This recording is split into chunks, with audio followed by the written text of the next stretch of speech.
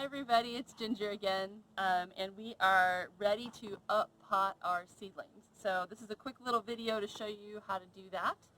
You have made your potting mix, and you have chosen to put your potting mix in now a larger pot. So this is a 4-inch square pot, and we put the potting mix in the pots, and we have our baby tray of seedlings here. This is kale. You guys have been watching this since I seeded it, I think. Now it has its true leaves. It has 2 true leaves on there, which means it's ready to up pot. You could also fertilize this and let this get a little bigger in here, but let's get it up potted because it's going to be much happier in this rich soil, and then I won't need to keep fertilizing it with worm and fish fertilizer. I can now put it into its soil where it really wants to get the nutrients from, is from the dirt itself. So we know we have our chicken fertilizer in this mix, and that's going to give it a lot of nutrition. So let's get started. So the first thing you want to do is create a little space in your pot. So you push down, because again, you don't want any air below the roots. You want a compacted area below the roots. So I'm not going all the way to the bottom, but I am going to push it down. And I'm pushing it down to kind of even up how tall this seedling is going to be. And you see how we had that legginess happening here? And now I can correct for that. So I'm using a butter knife. These are really great. You slide them in and you pry up, and there's your plant. And don't ever pull up the plant by the stem. Try to slide it up with that butter knife and then hold the soil itself. You see the roots? Those look good. They're healthy. Getting ready. If this was really root bound, then I would have to break that up in the bottom. But this is actually the perfect amount of roots to up pot. So you compacted this little bit in the pot. You want to gently drop that right in there.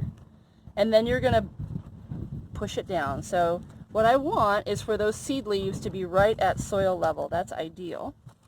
So you want to go ahead and tamp it down. And you want to push it down pretty firmly, but you don't want to like compress it so bad that you're crushing the stem or anything like that. So now, you see how it was leggy before? It's not anymore. This is exactly where I want it. You can even bury these 2 leaves. That's completely fine. The plant no longer needs those cotyledons, those seed leaves. All it needs are these 2 leaves.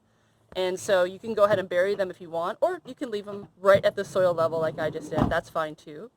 So that's an up pot. And you can do this with all your plants. I'm going to show you one. This is indigo now. And remember, indigo, we don't actually thin this tray. We plant it in a clump. So again, right down the side. Use a little bit of pressure. Leverage it out of there. You're not going to grab the top of the plant because you don't want to break anything up here. This is a clump. So now we're going to see more. Well, actually, the roots are pretty fine on indigo. But you'll see that that's nice. It's being held together. You can just rip that apart. And so I'm going to show you again. You press down into the soil. Make that, and then you set the seed pod in there. The little plant that has come out of your seed tray, and you press it down gently. And the reason you press down is because you're pressing air pockets out of the soil. Plants do not want their roots exposed to air pockets. It disrupts their ability to uptake water and nutrients. So get it in there. I'm not leaning into this, right? It's a gentle pressing.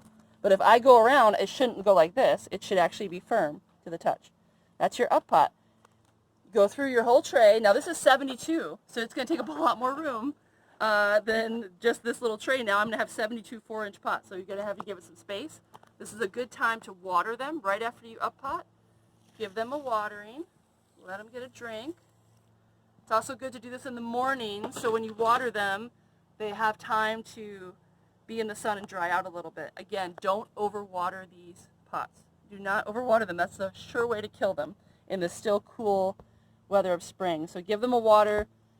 If it's still really cold out where you are, bring them back in at night. Put them out in the sun during the day. This is going to be a hardening off period pretty soon. Plants like this will just be able to be left out. I have a little hoop house back here where I'm leaving them out overnight right now because they're not getting as cold in there. You can create little hoop houses. We're going to do another video about that later. But for right now, this is up potting. It's easy to do, but be very gentle while you do it because this is an important stage for the plants to make their jump into the next stage of growth. So any damage here is going to really impact them later on. So good luck.